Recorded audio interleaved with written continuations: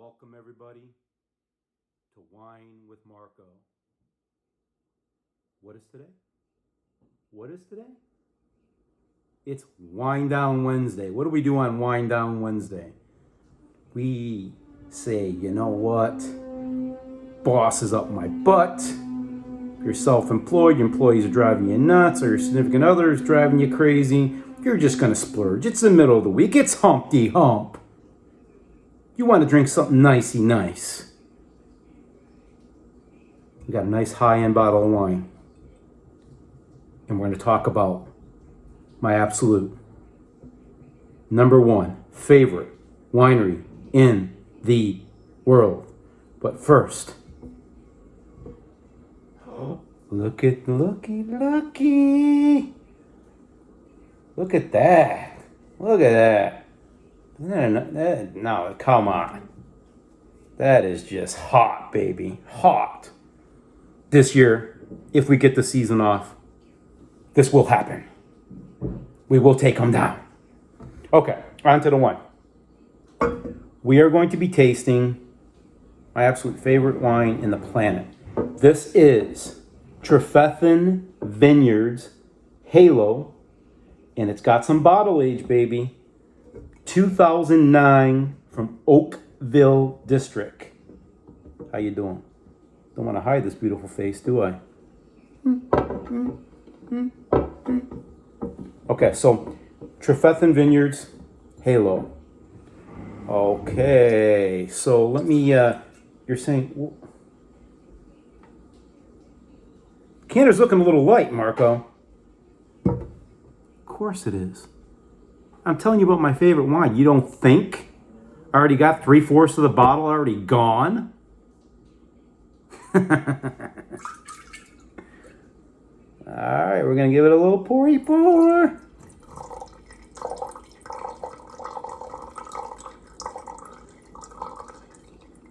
Teacher asked glasses. Did you see what I just did there? I just made bubbles. Bubbles in the wine world is a good thing because that helps aerate the wine even quicker. So they have these great Ventura things that you go and they're aerators, and you can stick it into your decanter, and it's a little mechanism about yay big and it has a screen on it just in case there's some sediment. Those are great. If you want to spend the money for it, go ahead and do it. But if you don't want to spend the money and you just want to do makeshift, make bubbles. When I decant this whole entire bottle into my decanter, I pour it from a very high stream, make sure I don't spill it all over, to get those bubbles in there to help it to aerate. On to my favorite winery. This is Trefethen Vineyards in Oakville, Oak Knoll, Napa. It's in the cooler southern end of Napa Valley. It's optimal for growing so many different grapes because of that climate. But what it does, it just gives great character and great nuances that some of your northern parts can't get in the wine. About the winery itself, about them, Eugene and Catherine in 1968 retired, decided they were going to move to Napa. They had a passion for wine, and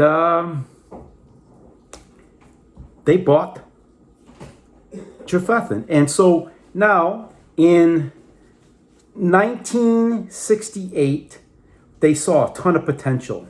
Potential was amazing. They had intentions of selling their great grapes, but their son, John, had other ideas. He decided that he wanted to start making wine. So he actually did it right out of his parents' house. Started, tinkering and toying with it. And then in 1973, he married Janet, and they kind of took the reins of the winery and hence started bottling their own wines.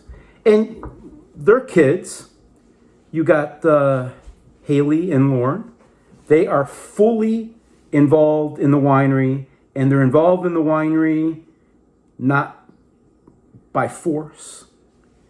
They're involved in the winery because they want to be. And they are going to be another generation taking the reins of this great, amazing, looky winery. They do not outsource any of their grapes. It is 100% estate grown here. Teacher S glasses, what did we say? Estate grown means what? Estate grown means they grow their own grapes and they bottle their own bottles. They do not source it out anywhere. They are a sustainable program here. Any and every bottle that they have within their portfolio, you must drink. I've had a relationship with this winery for a little over 16 years. Never, ever have had a bad bottle. Think in terms of, you go 12 through 16, great growing seasons, okay? But 11 wasn't so hot. I don't mean that literally, but it wasn't a great growing season in Napa, okay? So when it's not a great growing season, there's just a bunch of obstacles. At the end of the day, very tough to produce great juice. I had just about every bottle they produced in their 11s. And let me tell you, they produced still great wine in horrific conditions. So I'll tell you, drink Halo, drink their regular estate cab, drink their whole line. They even do some great Bordeaux's, which we'll do a taste on. It's called Double T Red. They also, the kids came up with, it's called Dragon's Tooth. And that's more of a higher Malbec base blend. Some great stuff. The whole thing is just great, but come on, I know you're waiting. I know you can't wait.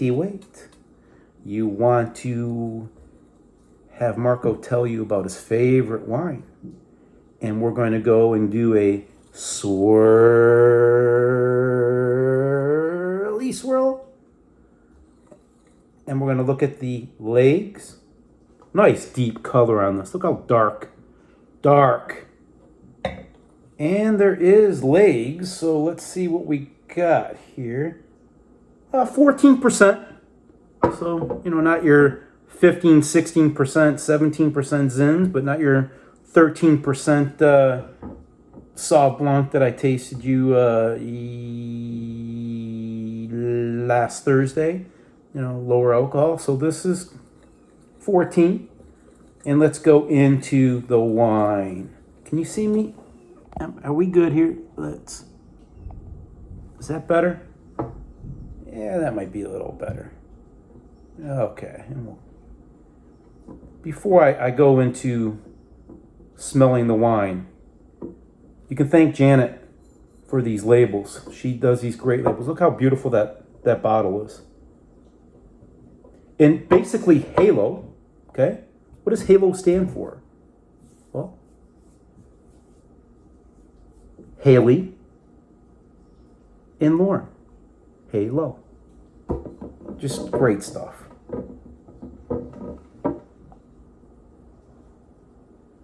Hello there. You ready? You ready to come in and do a little schnoz it? Come in and schnoz it.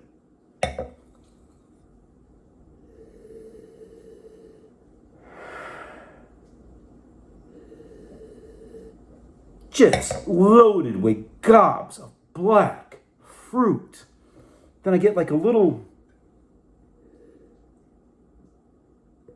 bay leaf component and just smothered in lots of chocolate.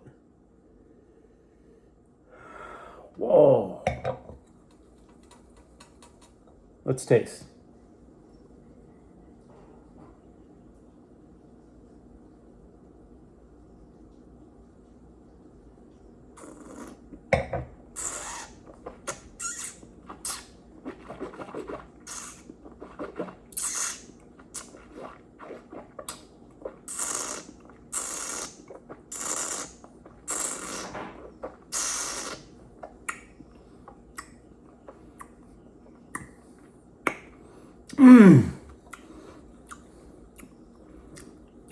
Oh, raspberries, blackberries, and just loaded with, you get like tobacco.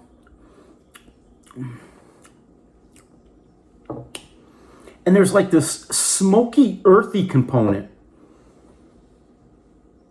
Find this, drink this, splurge, have this wine. Prices vary, I think directly from the winery, somewhere in the 200s. So again, this is high end, but for a special occasion, definitely do it. When you get into their like cabs and some of their Merlots and their blends, you know, they are a little more reasonably priced, but we're not looking at cost here, folks. We're looking at a spectacular winery that produces spectacular juice year in, year out. Anything they touch turns to gold. This, you gotta grill yourself a big, fat, juicy ribeye. You need a nice marbled steak to go with this. In fact, I have one right now that is slowly resting that I shall cut into a little bit later when I'm done with this video to enjoy the rest of this wine. So, as we start getting to the end of the video, we're going to say, what is tomorrow? Tomorrow is thirsty. Thirsty Thursday. We're going to be very, very, very thirsty. He's going to drink lots and lots and lots of white wine. Knock, knock. Who's there? Wineries with all my relationships all over the years? Please, come on, we need some advertisement. Knock, knock. Who's there? Distributors? Distributors who? Need you to come to the party too. Come on. Little advertisement and some nice gifty gifts for you, my viewer. And I'm going to put this down a tad, and then we're going to give you one more look of this beautiful inscription of the bottle. Maybe I lay it this way. Does that help it a little bit? Look at that. Gorgeous label. And we end every video. A salud. De Chinda. Salud.